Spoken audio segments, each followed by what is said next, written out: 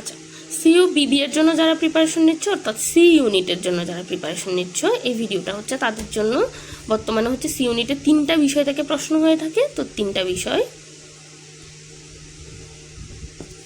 1 নম্বরে হচ্ছে ম্যাথ আসবে 15টা কোয়েশ্চেন।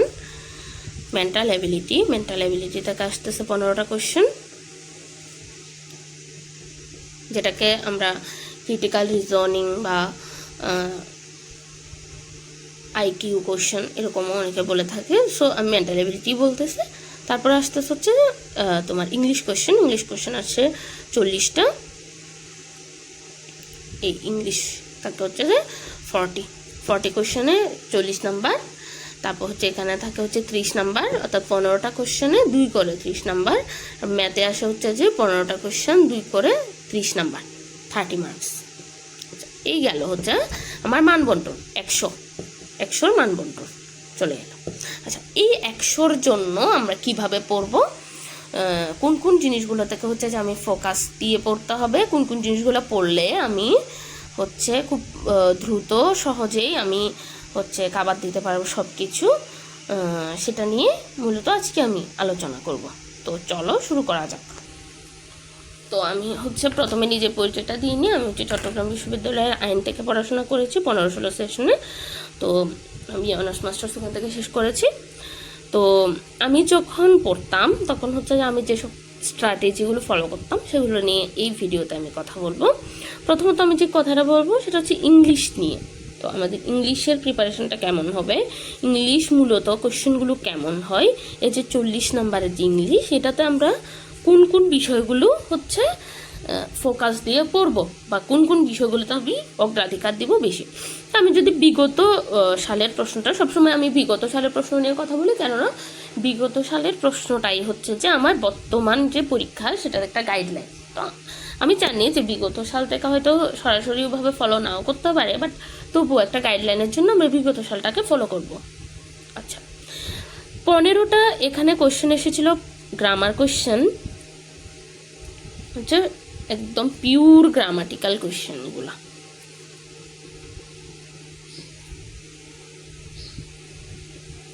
পিওর গ্রামাটিক্যাল কোশ্চেন্স 15টা। তারপর পেয়েছি হচ্ছে 15টা তোমার ভোকাবুলারি কোশ্চেন।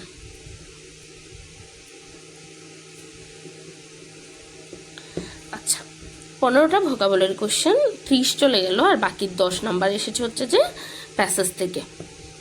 এই হচ্ছে যে মূলত গত বছরের ইংলিশ কোশ্চেনের একটা বিশ্লেষণ, ঠিক আছে। তো এই তোমার 40 নাম্বারটা, এটা কিন্তু একটা হিউজ নাম্বার, যে এই 40-এ ভালো করবে সে চান্স পাওয়ার দৌড়ে অনেকটা আগাই যাবে, এবং যে হচ্ছে এটাতে খারাপ করবে, 40-এ যে খারাপ করছে সে ধরে নাও যে অনেকটা পিছাই গেল। অনেকটা পিছানো মানে এখন বর্তমানে কাট মার্কস অনেক বেশি থাকে, স্টুডেন্টরা প্রচুর পড়াশোনা করে। সো এই 40-এর দৌড়ে আমাদেরকে আগায় থাকতে হবে। তো এই আগায় থাকতে হইলে এই কোয়েশ্চেনগুলো আমরা করতে গিয়ে পড়বো, সেটা নিয়ে আমি এখন কথা বলবো।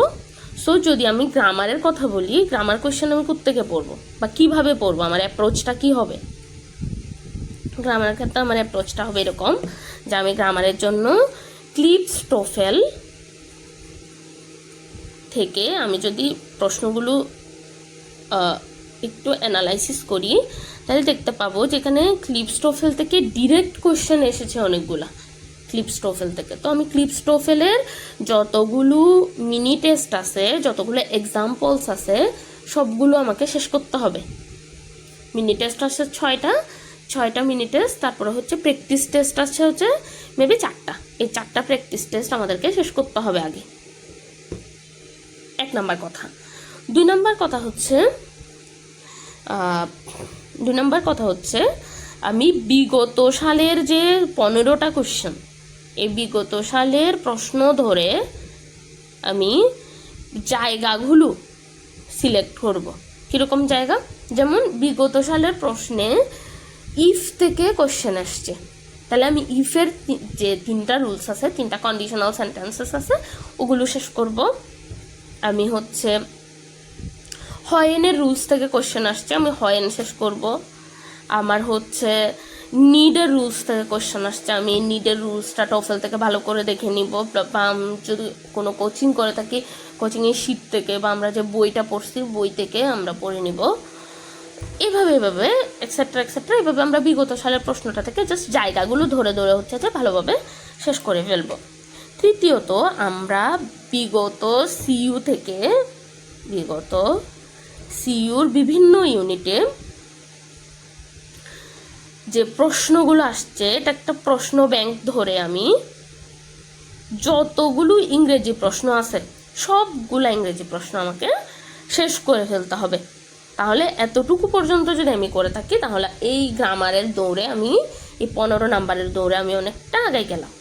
তো এ হচ্ছে আমার গ্রামার প্রিপারেশন, একদম লাস্ট টাইম প্রিপারেশন এটা। মানে এখন যেহেতু সময় আমার হাতে একেবারেই কম, 15 তারিখ পরীক্ষা, আমার প্রিপারেশন স্ট্র্যাটেজিটা হবে এরকম। ট্রিপস টোফেল পড়বো, মিনি টেস্ট 6টা আছে, এগুলো আমি একদম খুব ভালোভাবে অ্যানালাইসিস করে শেষ করব। আমার প্র্যাকটিস টেস্ট আছে 4টা, ওগুলো আমি ভালোভাবে অ্যানালাইসিস করে শেষ করব। বিগত সালের প্রশ্ন ধরে আমি ওই জায়গাগুলো ভালো করে শেষ করব, এবং বিগত সালের যে সিইউর প্রশ্ন ব্যাংক আছে ওখানে বিভিন্ন ইউনিটের যেমন পানকৌড়ি আছে, হালদা আছে, যার যেটা প্রশ্ন ব্যাংক আছে সে হচ্ছে যে ইংলিশ প্রশ্ন ব্যাংকটা পুরোপুরি শেষ করব একদম ব্যাখ্যা সহ। এরপর আসি ম্যাথের প্রিপারেশন নিয়ে। ম্যাথ কীভাবে আমি পড়বো, বা ম্যাথের এই যে 30 মার্কস এটা আমি কীভাবে ক্যারি করব। এবং ম্যাথে বলতে গেলে আমার স্পেসিফিক নাম্বার তোলার একটা অপশন আছে, অর্থাৎ 30-এ যারা ম্যাথ পারবে সে হচ্ছে সে 30 আউট অফ 30ও পাইতে পারে, এরকমও অনেক স্টুডেন্ট থাকবে। তো ম্যাথের লাস্ট মোমেন্ট প্রিপারেশনটা কেমন হবে? প্রথমত আমি যেটা বলবো, এক নাম্বার কাজ হচ্ছে আমার বিগত সালে কোন প্রশ্নগুলো আসছে ওগুলো দেখা। আগে বিগত সালের প্রশ্নটা খুব ভালোভাবে নিয়ম সহ একদম টিপস ট্রিক্স সহ ধরে বিগত সালের প্রশ্নটা যত শর্টকাটে পারা যায়, যত শর্টকাট উপায়ে, কারণ এখানে সময় থাকবে কম, যত শর্টকাট উপায়ে সম্ভব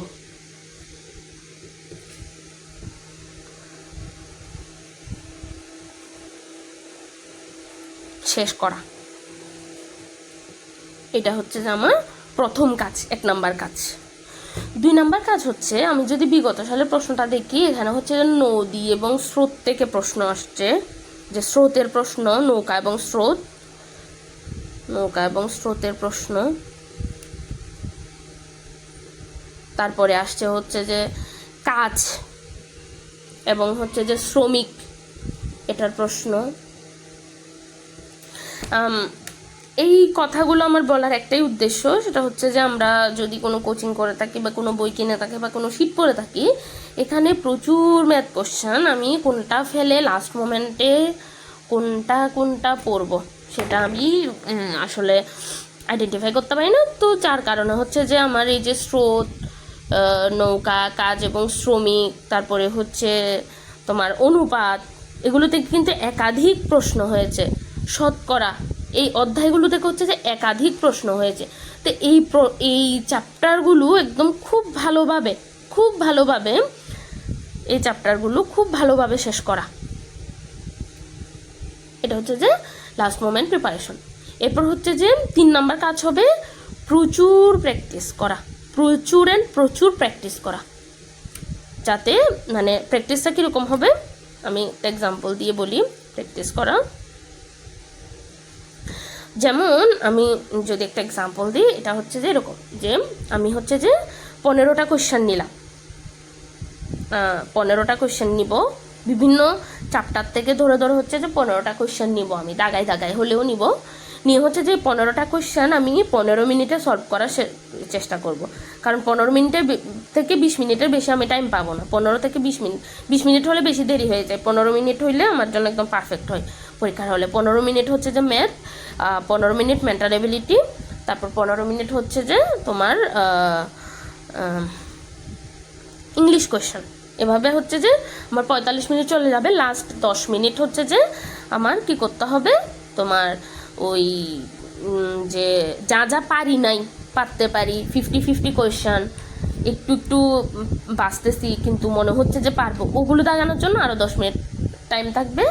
একদম লাস্টের যে 5 মিনিটটা ওইটা হচ্ছে যে কাউন্ট না করলেও চলবে, কেননা ওখানে হচ্ছে যে সাইন করা, তারপরে হচ্ছে যে একটু এদিক ওদিক করতে 5 মিনিট এমনিই তোমার খরচ হয়ে যাবে। তো ওই কারণে হচ্ছে যে 15টা কোশ্চেন ধরে 15 মিনিটে সলভ করার চেষ্টা করতে হবে। এই 15টা কোশ্চেন 15 মিনিট এভাবে ধরে ধরে হচ্ছে যে প্রথমে পারবে না, প্রথমে মানে 30 মিনিটস লেগে যাবে, প্রথমে 30 থেকে 40 মিনিটস লেগে যাবে। এরপরের সেটে দেখবা যে প্রথম সেটে 30-40 মিনিটস লাগছে, পরের সেটে লাগতেছে 25 মিনিট, তারপরের সেটে দেখবা যে 20 মিনিট, তারপরের সেটে দেখবা যে 15 মিনিটে পারতেছো। সো এইভাবে হচ্ছে যে প্র্যাকটিস করতে হবে। সো এইভাবে মোর অ্যান্ড মোর প্র্যাকটিস করে যাবে, আশা করি 30-র মধ্যে একটা গুড মার্কস তুমি ক্যারি করতে পারবা। এরপর আসতেছে মেন্টাল এবিলিটি বা অ্যানালাইটিক্যাল এবিলিটির হচ্ছে যে 15 মার্কস।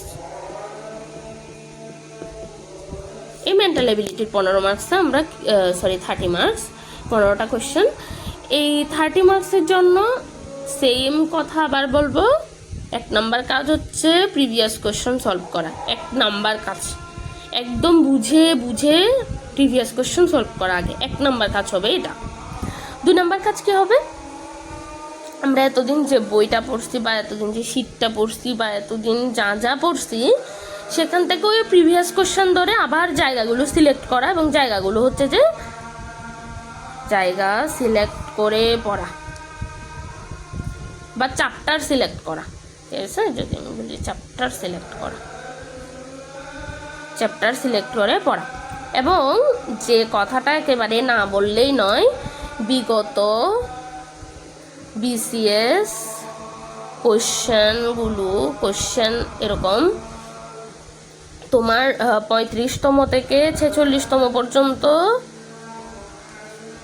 বিসিএস এর 45 থেকে 46তম বিসিএস এ হচ্ছে যে 15টা করে মেন্টাল এবিলিটি কোশ্চেন আসছে। এই 15টা করে 15 গুণ 11 অর্থাৎ 165টা কোশ্চেন খুব ভালোভাবে অ্যানালাইসিস করে সলভ করে যেতে হবে। আর যদি সম্ভব হয় ব্যাংক কোশ্চেন সলভ করতে পারবে, কিন্তু ব্যাংক কোশ্চেন তোমরা পাবা কিনা বা অ্যাভেলেবল থাকবে কিনা সেটা আমি জানি না, তবে বিসিএস কোশ্চেনগুলো অন্তত সলভ করে যেতে হবে। এই হচ্ছে যে মূলত 100 নম্বরের লাস্ট টাইম প্রিপারেশন। অর্থাৎ যেহেতু 15 তারিখ তোমার পরীক্ষা, লাস্ট মোমেন্টে এইভাবে যদি প্রিপারেশন নিতে পারো এবং দিনে যদি কমপক্ষে 9-10 ঘন্টা করে টাইম দেওয়া যায়, তাহলে আশা করি এখন থেকে পড়লেও সাকসেসফুল হওয়া সম্ভব।